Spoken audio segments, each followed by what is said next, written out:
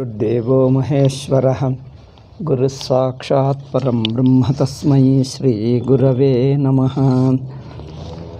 11 okay. Om Narayan Narayan Narayan Narayan. So today is Sunday, so we discuss Gita in English. We were discussing 4th chapter where Jnana.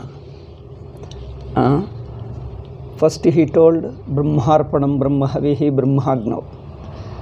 It is the Jnana that fulfills everything. Later he discussed other yajnas, and all those yajnas purify a person, purify the mind, prepare the mind for understanding the truth, a final truth. Yet and then they not only they purify you, they prepare you for the final truth. They are included in the jnana. Sarvam karma akhilam partha jnane parisamapyate. All that various rituals, all that various prayers give you, all that gets included in the absolute knowledge. And if that is the case, then how to gain that knowledge?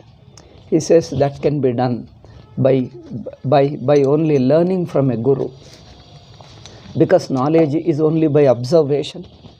By a discovery comes by observation. When you observe it in a proper way, you come to discover it, because any misunderstanding gets corrected by investigation. So how to investigate into Atman, one is unable to do on his own, because one becomes an obstruction to oneself.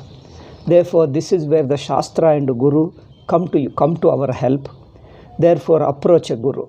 The shloka says, the 34th shloka told, approach a Guru. Tad vidhi pranipaten. Go to Guru.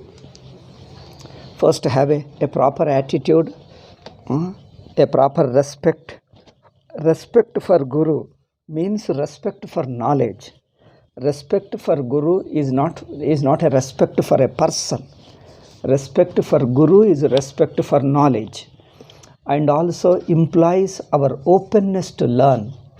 It doesn't mean any respect to a given person, because the fact doesn't depend upon a person.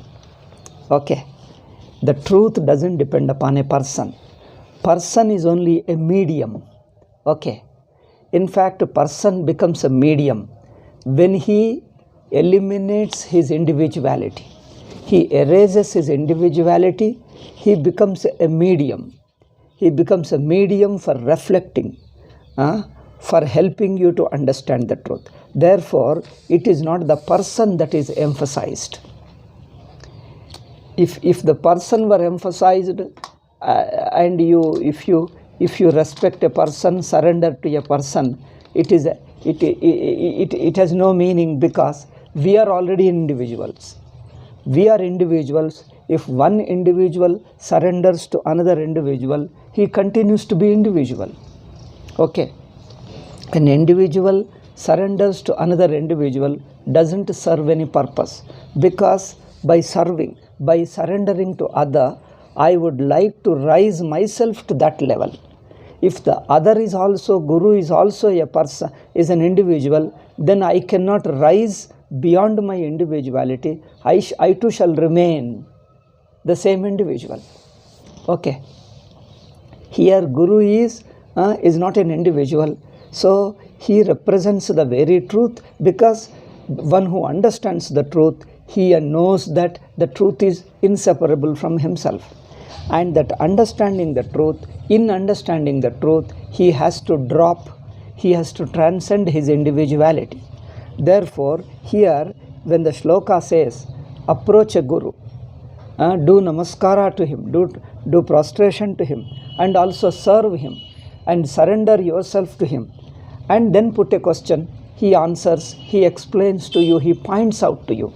Explaining or pointing out is not intellectual. He only touches your heart. Touches means in terms of teaching. Through teaching, he awakens the thing in you. Okay? It is by using teaching itself is a very good method. It's a traditional teaching. It's an excellent method of teaching. By using the words in such a way, he awakens in you, he turns your attention in a proper direction, and that turning your attention, he awakens you to your own Swarupa. Then you transcend your individuality, time, place, and all relationship, and you come to discover, come to rest in your real nature. Therefore, approaching a guru, don't approach him as a person, because that will be useless. That will be useless. Therefore, you have to see him the very truth. The truth which you are seeking he is himself. He is the very truth who has discovered. That means his individuality is only an apparent form for us. For an outsider, he looks like an individual. But if you watch closely, he is not individual again.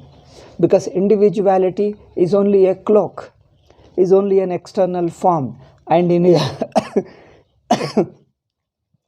his teaching, in his or her, okay, these are all just words. So in his teaching or in his understanding, his individuality doesn't interfere. Because the truth which he rests in, the truth which he abides in, is free from the individuality which appears to us, which appears to the outsider. The individuality appears to be there, but it is only an instrument. It is only a medium for expressing words. Individuality is only a medium to express words, but he himself stands one with the truth.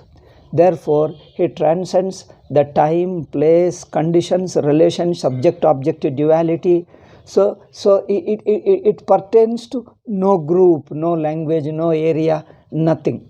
It is an absolute the truth behind the whole universe. Therefore, you say, one way you can say he transcends everything, another way you can say he includes everything. Everything is himself. Whatever we do, the worldly life, religious life, social life, economic life, everything is one with the truth. So nothing is separate from it.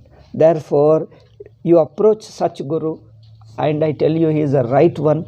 He helps you. So wherever our mind is deviated, wherever our mind is stuck, if our mind, if our personality, if our mind, if our understanding is stuck, if our understanding has certain defects, certain deficiencies, all those things he will be able to correct. Guru will be able to correct. It is like a mirror. Guru is like a mirror. You look at the mirror, you can see what you are. And also you can see where the defect lies. So by contrasting the transparent, you keep a transparent. You put anything, you can see the difference. Therefore, he himself stands as a contrast to our individuality. And it shows that how our individuality is a wrong thing. So he helps you to turn your attention to your inner core. You have to turn your attention to your inner core. In your core of your nature, you are not this individual which you take yourself to be. The individuality which you take yourself to be individual, that is subject to all samsara, all time, place, relationship, good and bad and pain and pleasure, sin and merit and demerit, all kinds of things.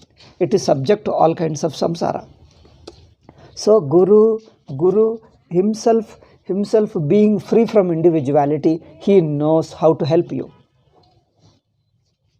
So the Shastra is only a teaching. Teaching means a way of teaching to help you to just to transcend this individuality, time, place, etc. How to transcend? Transcending is only by turning your attention. Okay? Turning your attention in a different direction. You pay your attention. Generally, we have turned our attention instinctively, naturally. We are paying attention to the world, to the samsara. So in these things, we have a knowledge about ourselves, we have an opinion, we have an understanding about ourselves, about the world. So this, an understanding about myself, about the world, is a wrong understanding because we stand on a wrong standpoint. So this standpoint has to be shifted. Then you start looking at yourself differently.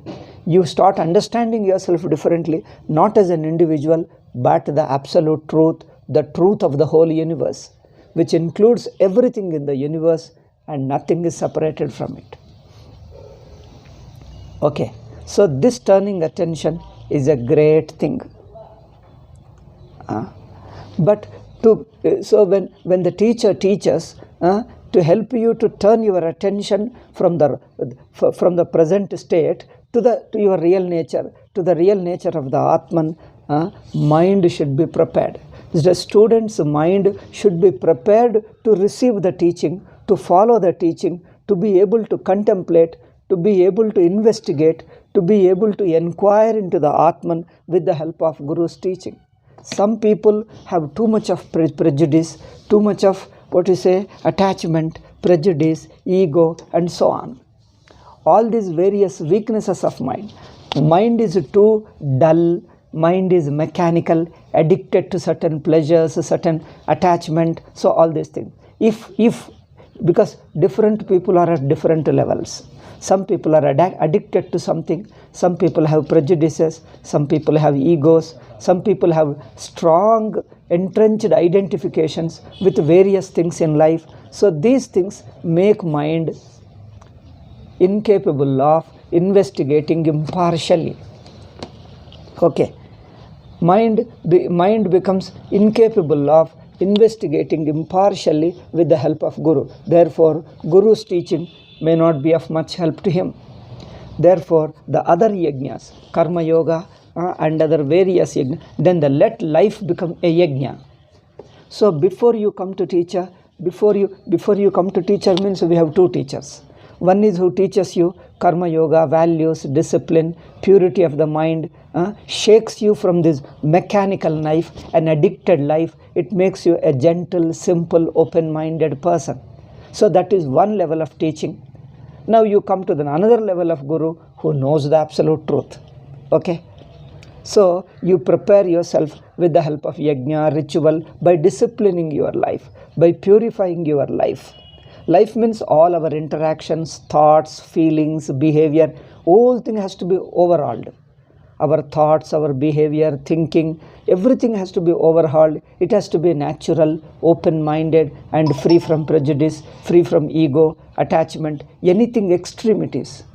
It should be free from any kind of extremities. And that a simple, gentle mind is, of course, purity of the mind is not enough. There should be an interest in the sense there should be a jignasa, a curiosity to learn. We call jignasa. Jignasa, a curiosity to learn, a desire to learn the truth, a desire to know the truth. Then tad vidhi pranipatena. Go to the teacher, pranipata. Pranipata means surrender. Surrender means what? Surrender in two senses. One is at the level of emotion and ego, surrender means melting away of ego, melting away of prejudices and all that. Okay, attachments, prejudices and all that. Be a simple, natural being. Surrender doesn't mean unnatural state. Okay, become again fanatic. Okay, people think that surrendering to religion and God means certain religions make you more fanatic. See, in Vedantic, surrender is different from those certain religious surrender. The religious surrender means you become addicted, you become attached to one idea, one dogma, one concept. You become again fanatic. Here, surrender means surrendering of natural weaknesses. You become open. Therefore, melting away the ego, melting away of attachment is one level of surrender. Another surrender is keeping your mind open to the fact. Don't accept anything, don't reject anything. Just to see the bare fact as it is. A very simple, gentle, open-minded person. Okay, so this surrender helps you to investigate. This is very much required in investigation. Therefore, you come to surrender to Guru. And Guru, understanding your nature, your interest, from the way of talking, from your thing, he understands what level you are, what level of maturity you have. Then if he feels that you are prepared for truth, then he starts teaching you. And second thing, he told seva. Seva means service to Guru. Service means expressing your unconditional love, a simple love, a detached love, okay, a natural, spontaneous love, expressing it in some manner of service to him. Because service is a concrete expression of your inner feelings.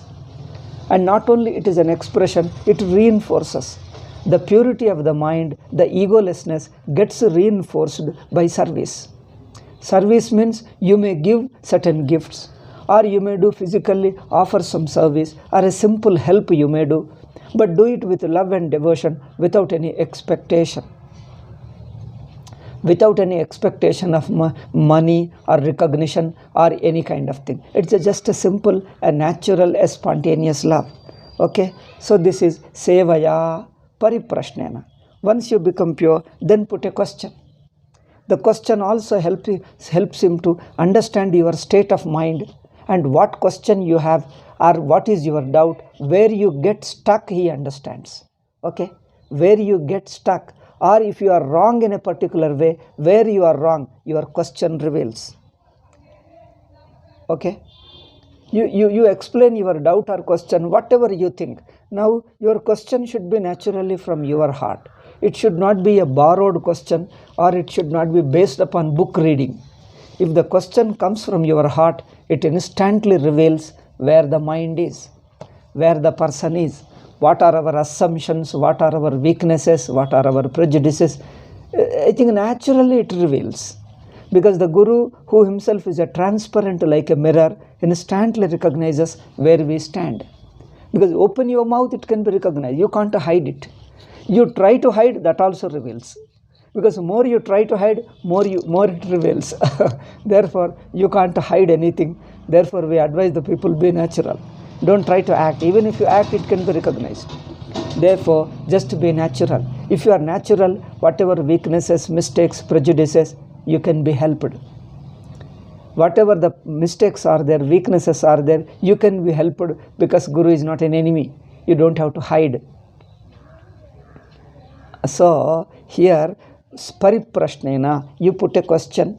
Let the question which you are seeking, of which you are seeking an answer, you want to understand what is your mind, what you want, that you express through your words, that he gets an idea. Where you are, what you stand, what answer you need it. Answer in the sense, it is not a conceptual answer. Where do you need to correct your misunderstanding? Where you need to turn your attention? Where if your attention is in a wrong direction, your attention has to be turned inwardly.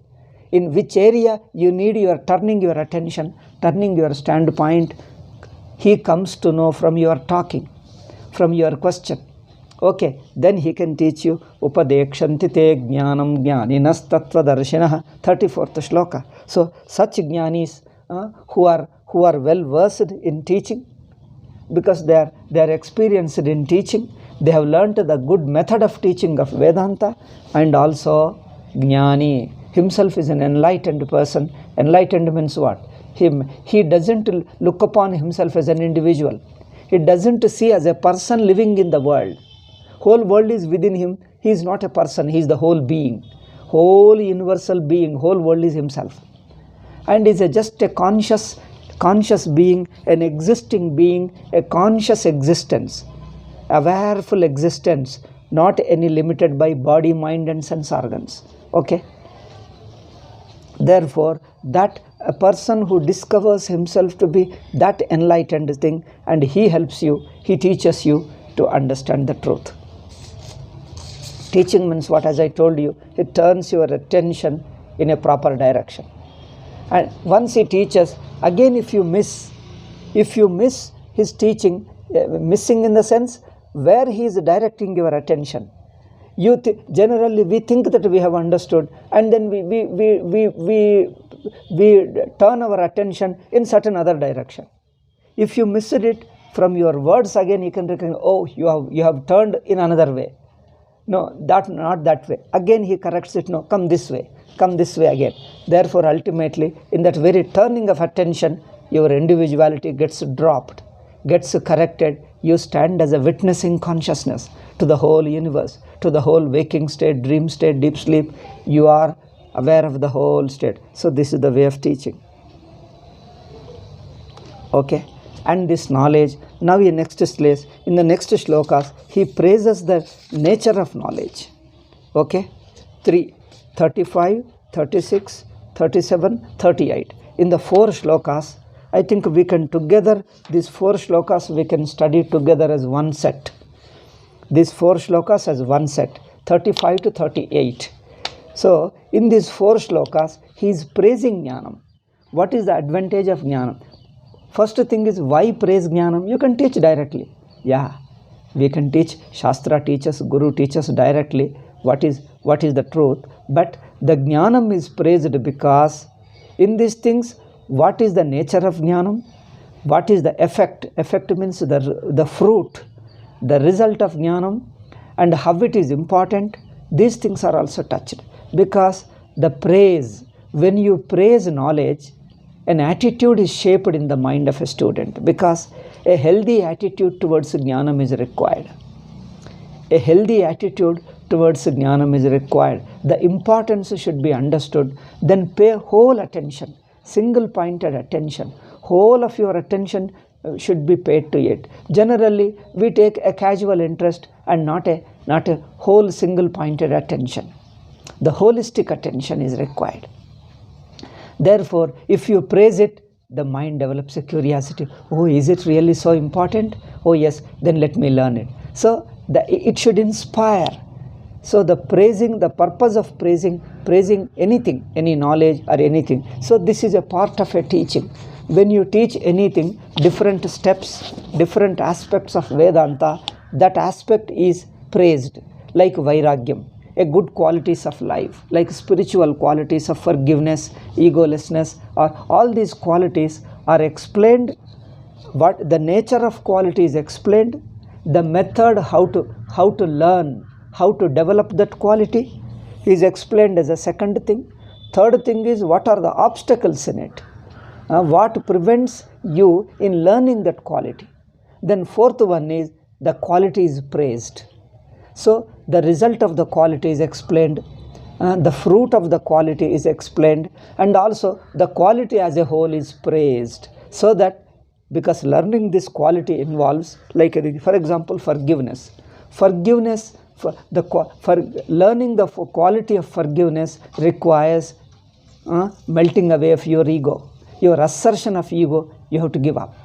So this ego is not easy to go away.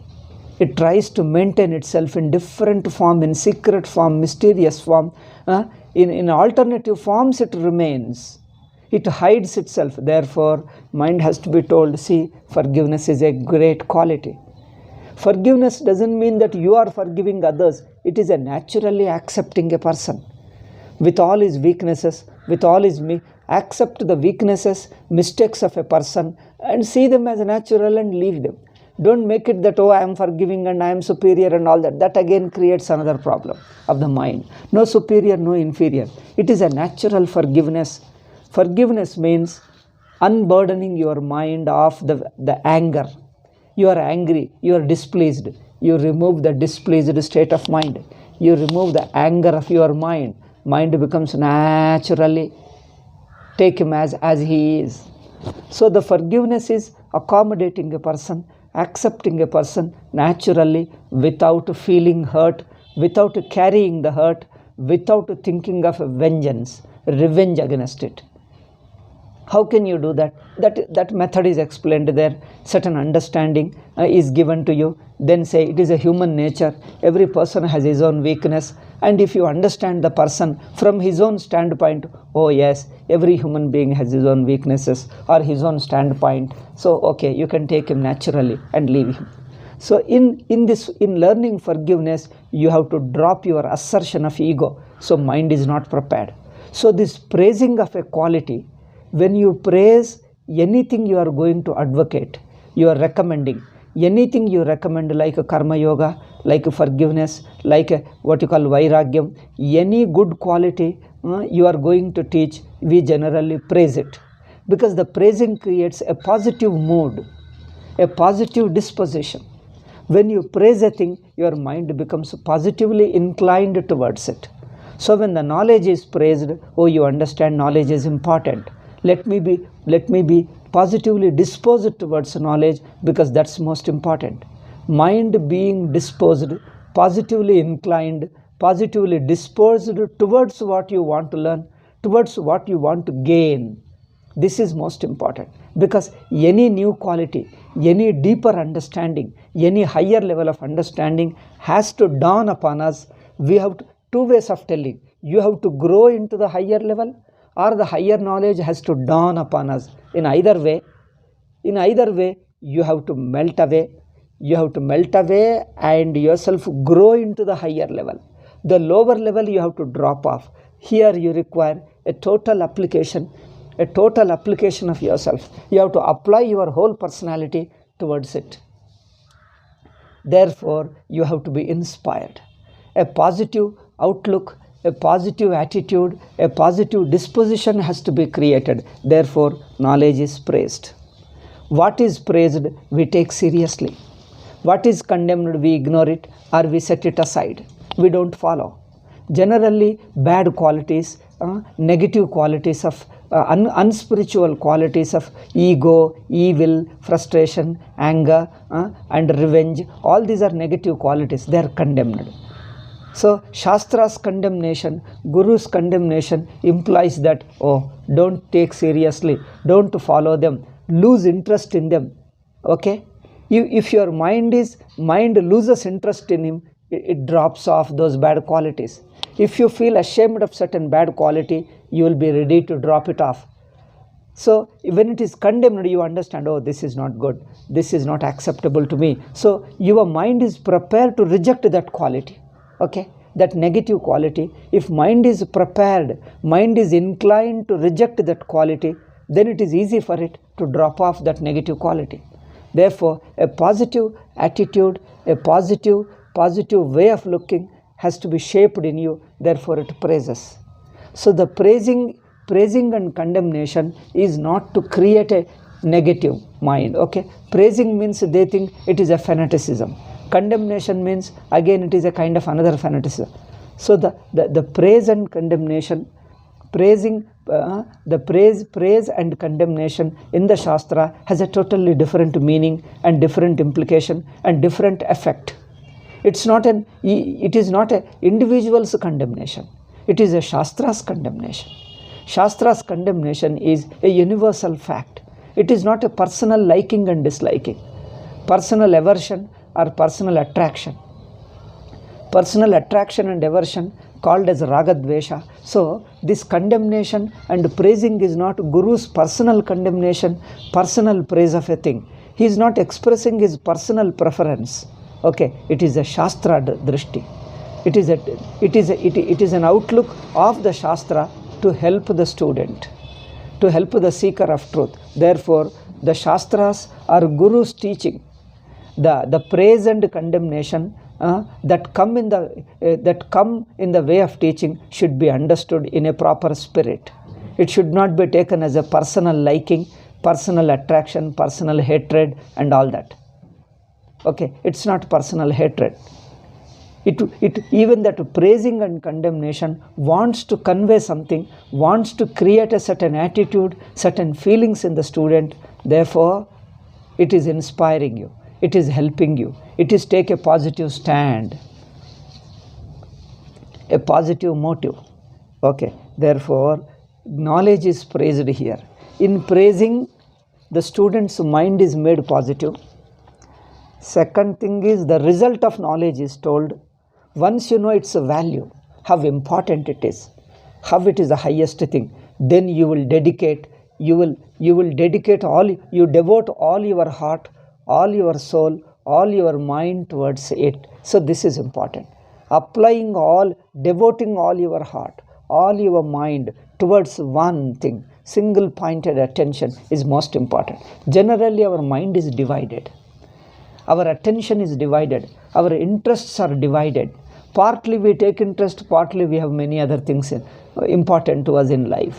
So when your attention, when your love, when your seeking is divided, partly towards this, partly towards something else. It is a mind of a divided attention, mind of divided commitment. Okay, your commitment should be whole, holistic commitment. Your attention should be holistic. Then only it is easy. The truth gets revealed in you. The truth gets awakened in you. Otherwise, if it is only a part of mind is paying attention, another part is refusing, another part of mind is rejecting it, or another part of mind is interested in something else, then the attention is divided. The love is divided. Okay, partly in truth, partly in something else.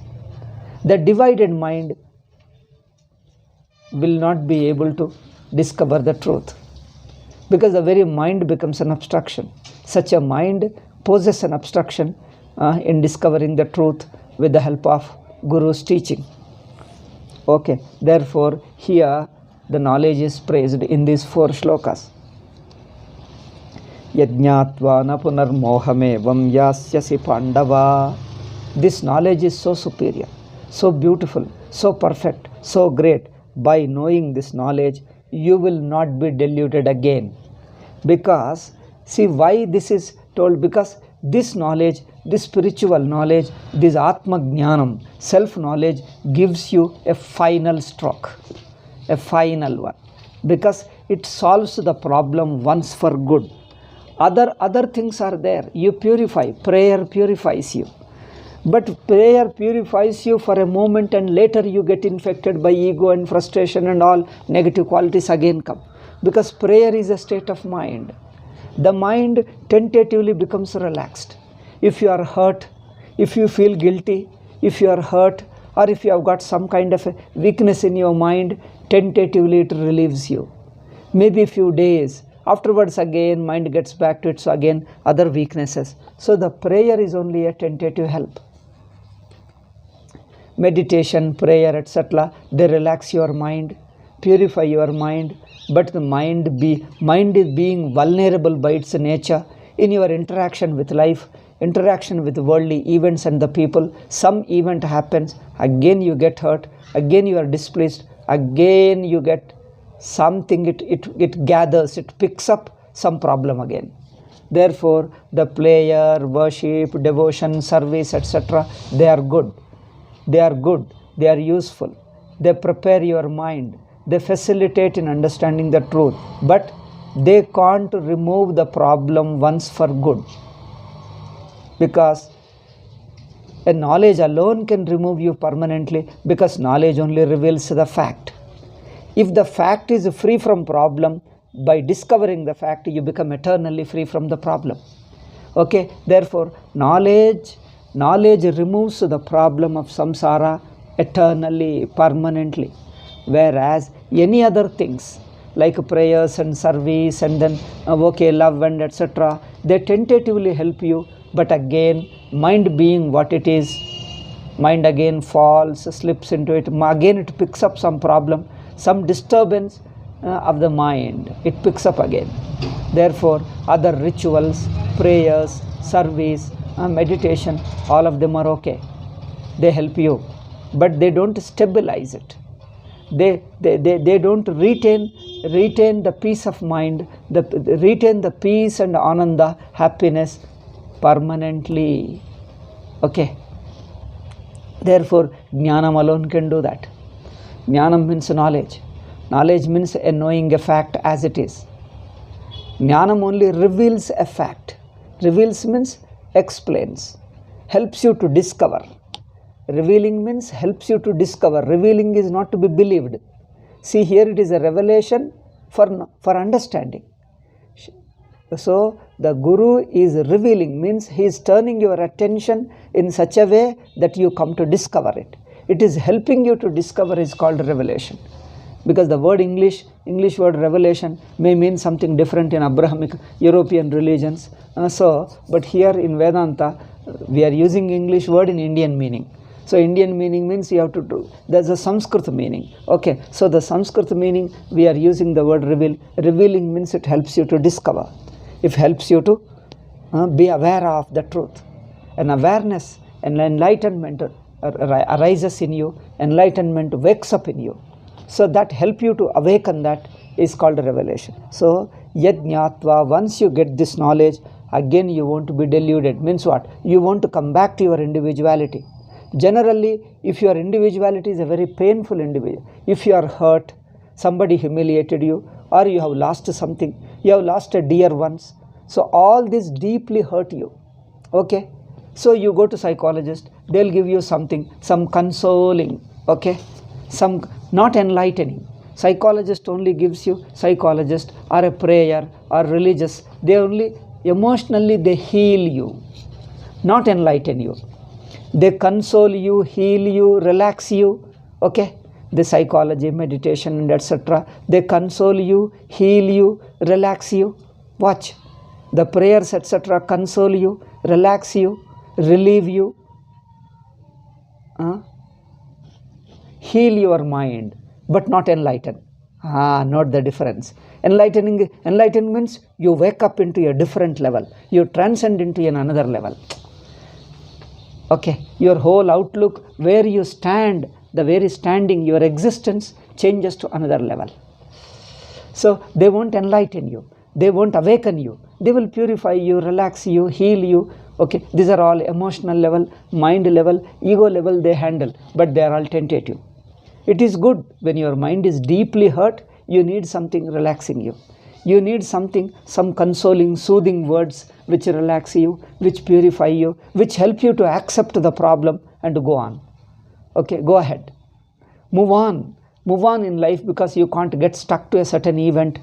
Events happen.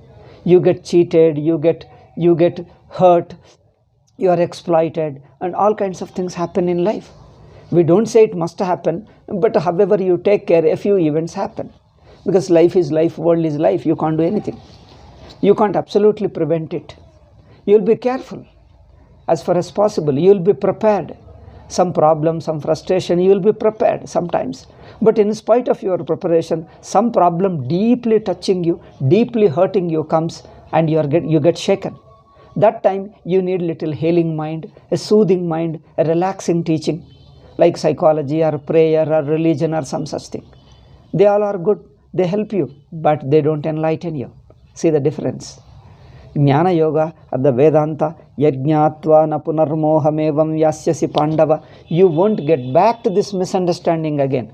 Once your misunderstanding is disproven, your adhyasa is disproven, that you are an individual, that you are a samsari, is only a notion about yourself. That you are an individual, subject to time and place, subject to cause and effect, subject to pain and pleasure, subject to honor and dishonor. You are an individual. That I am an individual, undergoing all these sufferings, all these problems, sometimes pleasure, sometimes unhappy, sometimes that, sometimes this. So I am subject to this. I am forced to live like that. I have got a fear of death. I have got worry, frustration, many other things. Fear of death is a natural and instinctive for all. So all these things I am suffering from. All this is an opinion about myself. So I understand myself as a person, as an individual. So this understanding of yourself, that you are an individual, that you are a person, part of a world, you are an individual living in the world. You are surrounded by the world. You are continuously in interaction with the world. And you are subject to birth and death. So this opinion, this understanding of yourself, that you are an individual, is jivahood. This understanding is a wrong understanding. It needs to be corrected. So by enlightenment, you correct this misunderstanding. Therefore, yajñātva, by understanding, by intuiting, by awakening to your Atman, you won't come back, you won't fall into this misunderstanding, because misunderstanding, once corrected, it won't come. If it is a nice feeling, it will come back. If you are, supposing, say, you are disturbed, you are deeply hurt, that somebody cheated you, exploited you, and are in love relationship, somebody you loved most has just hated you or hurt you deeply, so it hurts you. So you need a soothing words. So the soothing word, relaxing word, self-accepting word, you have to heal the mind. So healing is okay. You get healed in few days or few months, then again you come back, you're natural. But again you are likely to be hurt, because the healing is only a mind state. Healing, relieving, relaxing is only at the level of mind. at the level of emotions, at the level of certain concept, certain attitude, certain outlook. But Vedanta is enlightening. It is not simply attitude. It is not simply a feeling. It's not simply feeling or attitude. It is much more than simple feeling. It is Vedantic understanding is not a simple feeling. It is not simply an attitude. It is more than an attitude. It is more than a feeling. It is a discovery of the universal truth, choiceless truth. It is a truth. The truth is like that which nobody can change. Therefore, you come to discover the truth. You are enlightened. You come to understand the truth. In that understanding, you understand yourself. You understand yourself as something, some being which is not a part of the world, which is not subject to time and place, which is not subject to birth and death. Okay? So you come to understand yourself and your real nature. In your real nature, you are not affected by time and place. You are not subject to birth and death. Your inner core, your inner essential nature, your nature is the witnessing consciousness. The Atma is self-existing. Atma is eternal. Atma is fully conscious, fully awareful. It is not subject to birth and death, because that birth and death only happens to the body. And you understand you are much more than the body. Body is a small, superficial thing. So in your real core, you transcend the body. Therefore, you are not subject to birth and death. So this understanding, once you discover that, now the other understanding which was a misunderstanding gets corrected. He says, you won't come back, you won't slip down, because there is nothing to slip down. If you are religious teaching, religious sadhanas like prayers, worship, meditations and psychological treatments, so they are all at level of the mind. Therefore, they heal you, they relieve you, they relax you for a while. But they can't assure you that you will not be hurt again. You will not be cheated again. They won't assure you that your ego won't be hurt again. Again you tend to be hurt.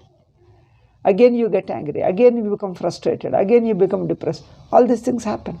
If not on account of one reason, due to some other reason. Some other event happens. Again mind happens.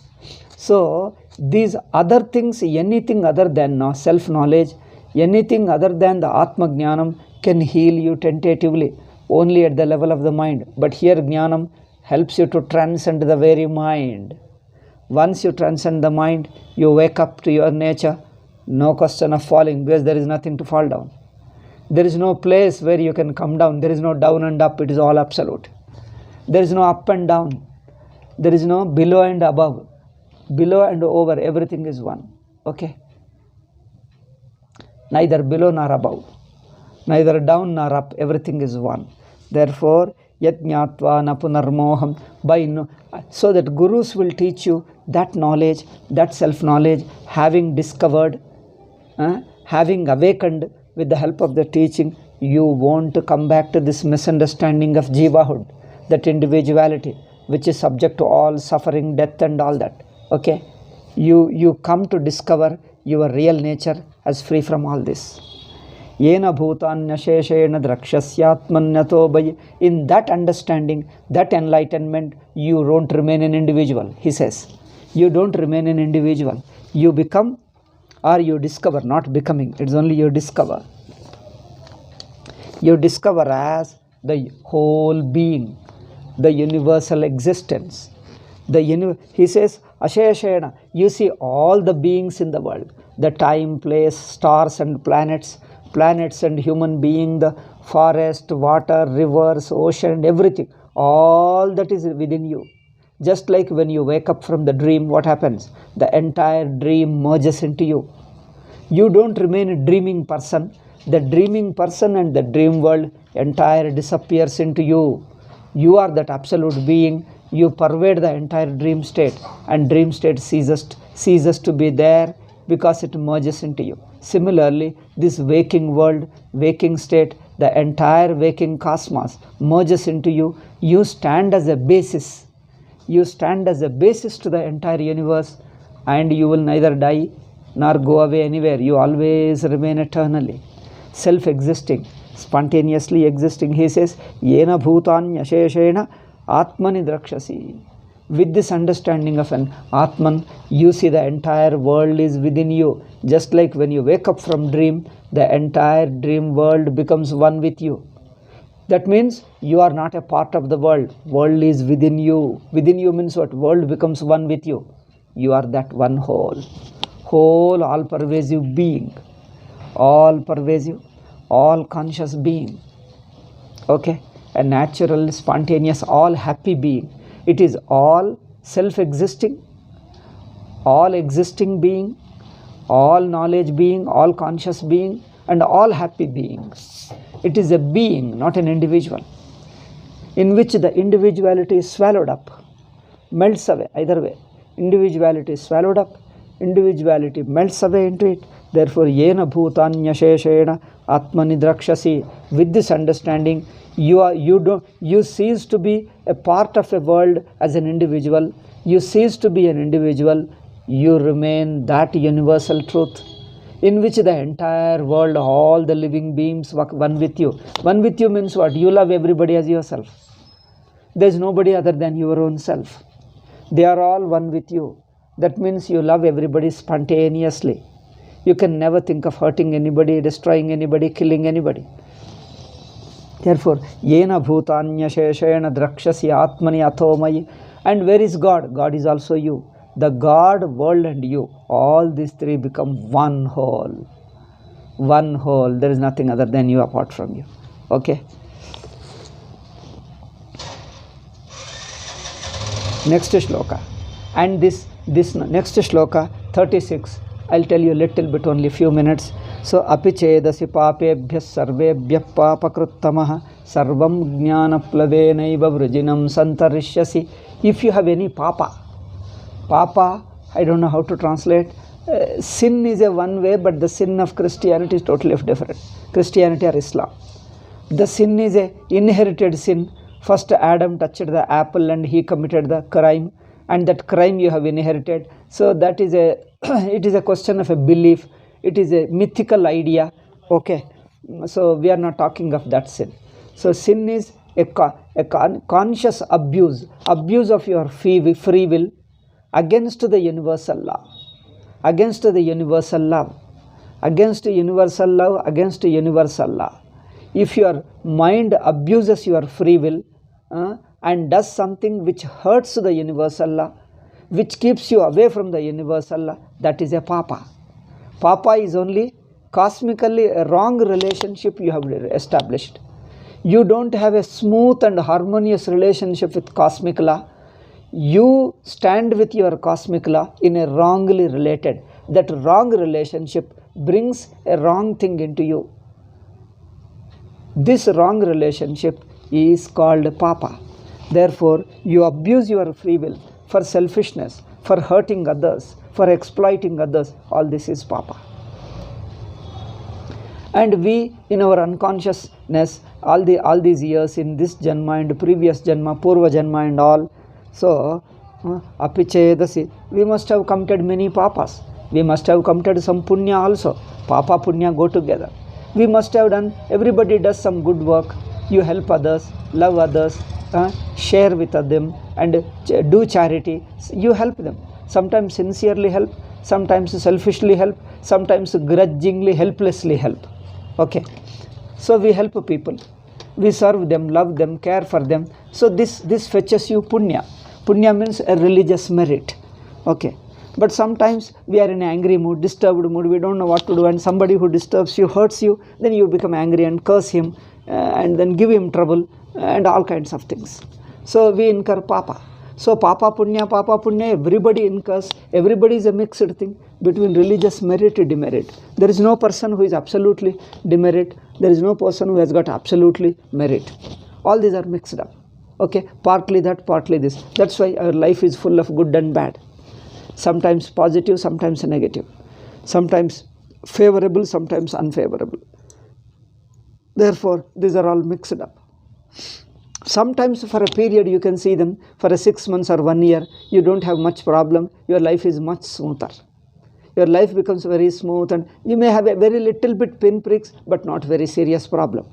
But sometimes you have to undergo very severe pain, insult, poverty, torture, exploitation, slavery.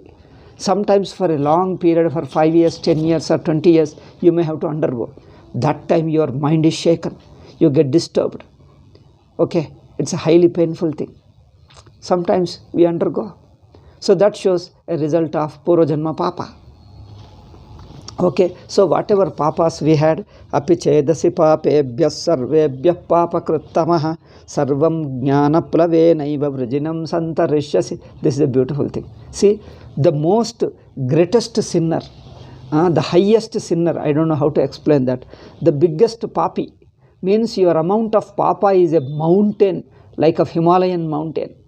Even if, okay, remember, some people have less papa, some people have more papa. Suppose you have the highest sinner, highest papa in your life.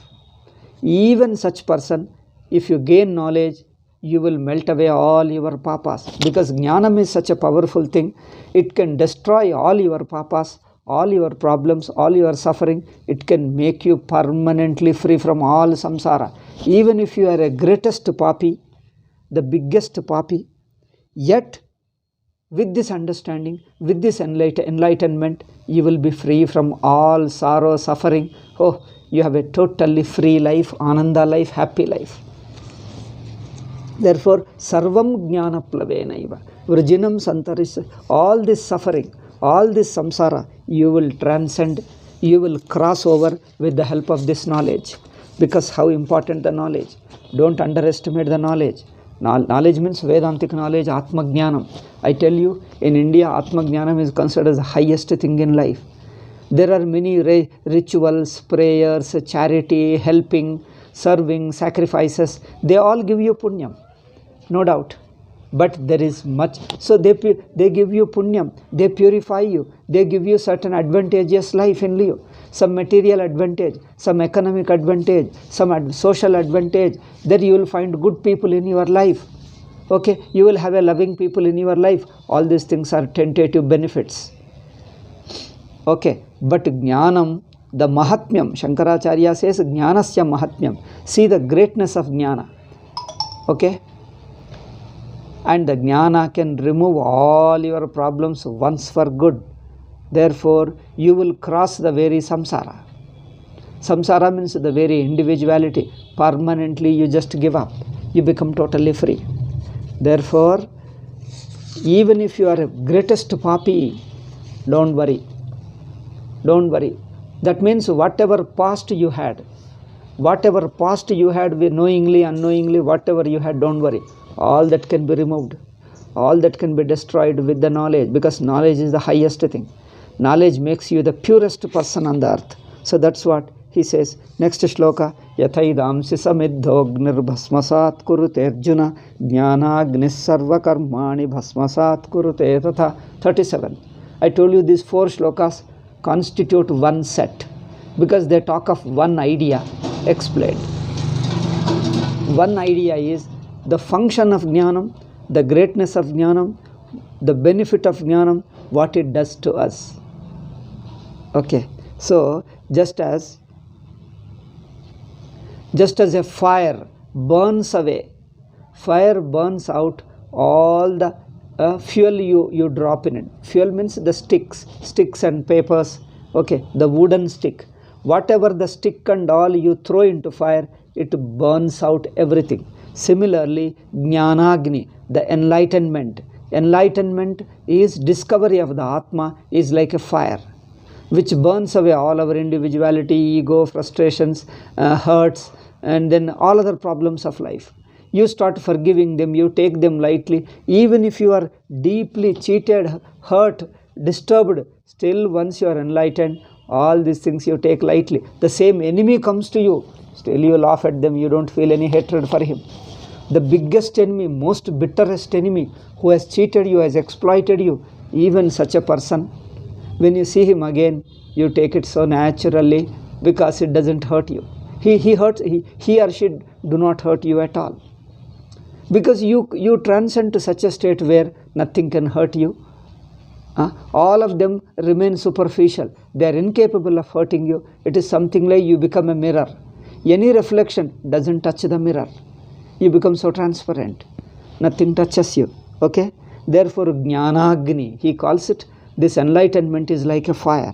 What does it do? It burns away all the karmas. All the past karma, punya papa. All the karmas it burns away. And there is nothing similar to Jnanam in purifying us. Nahi Jnane, third shloka says, Nahi Jnanena sadrusham pavitramiha vidyate tatsvayam yoga samsiddha kalena atmani vindati. And there is nothing like Jnanam which is so pure. Oh, am I coming to the last shloka? Yeah, last shloka. Yes. So these 4 shlokas talk about the Jnanam. He says, there is nothing like Jnanam. And there is nothing similar to Jnanam in purifying you. It removes all your weaknesses of mind and frustrations, feelings and experiences, bitter feelings, and even invisible punya papa, the religious merit and demerit which is invisible, even that invisible papa, everything it removes, makes you really pure, transparent like mirror, like water. How you see clean water? Similarly, nahi jnanena sadrusham pavitramiha vidyate. There is nothing like enlightenment which can purify you. All other things purify you, like prayers, rituals, charity. Charity means dana. I think these English words don't convey exactly our Vedantic meaning, Vedic meaning, yet I am using them in Indian sense. So the prayer means stotra, puja, or rituals, and service, social service, anything, religious service, all these things, what you call bhajana, singing, all these things will purify you, will remove your sins which you have committed, papas you have committed, but you can commit them again the papa will arise. The old papas will go away, new papas will make, because the nature of mind is such that it is vulnerable. It slips down. Again, out of its ambition, its desire, its ego, again it commits mistakes. But Jnanam is such, there is nothing like similar to Jnanam. It purifies you permanently, completely and permanently. It removes all your papas, completely all your weaknesses. How? Because you are no more a mind, you transcend the mind. All the mind becomes emptied. Empty and waste. Once you transcend the mind, mind is gone. Mind doesn't exist. It doesn't do anything you. Doesn't exist means mind doesn't affect you. Tatsvayam yoga samsiddha kalena atmani vindati. And that knowledge, with the help of Guru's teaching, you will get it in course of time. You receive Guru's teaching and keep contemplating, you will get it in your own heart. It's not, you can't just believe that God exists. You have to see in your life what is God. So here this enlightenment is a direct experience, not belief in somebody's prophet, somebody's words, some prophet's words, and you believe it and you would not know what is what. You have to live all your life blindly in the words of the such people. Okay. Now it's not like this. Is yoga samsiddha. When you meditate, when you do contemplation, when you do Shravana Manana, Shravana Manana, in the company of Guru, you do Shravana and Manana. Then later you do Ekantavasa, in you sitting alone in a room, in a cave somewhere, you meditate. That is contemplation, Nididhyasana. As a result of this thing, when yoga becomes samsiddha, your mind becomes paripakva, mature enough, then you come to discover you are that Brahman and nothing away from you. Nothing exists apart from you. Therefore, kalena atmani vindati. You come to discover this jnana within yourself. Now, having praised the jnana, having told you how to get jnana, now next shloka, 39th onward, I think from 39th to the last, 42. 39 to 42, these shlokas form one set. 39, 40, 41, 42, 4, 42, yes, 4 shlokas. These 4 shlokas we shall deal in the next class. I think all the 4 constitute one set. There are obstacles in gaining knowledge because there are certain weaknesses, certain problems, certain human weaknesses which pose obstruction in gaining knowledge. Now he helps you to get rid of those obstructions and become clean so that you get the knowledge. Okay, these 4 shlokas we'll discuss in the next class, most probably in one class. If one is not enough, at least in 2 classes. In 2 classes we'll complete, I hope, this 4th chapter, then we'll go to the 5th chapter. Okay, I am very slow in Gita, very, very slow. Anyway, we have come to 5th. We will, in the next 1 or 2 weeks, we'll start the 5th chapter by concluding this 4th. Okay, Om Shanti Shanti Shanti. Harihi Om Shri Gurubhyo Namah. Harihi Om Tat Sat.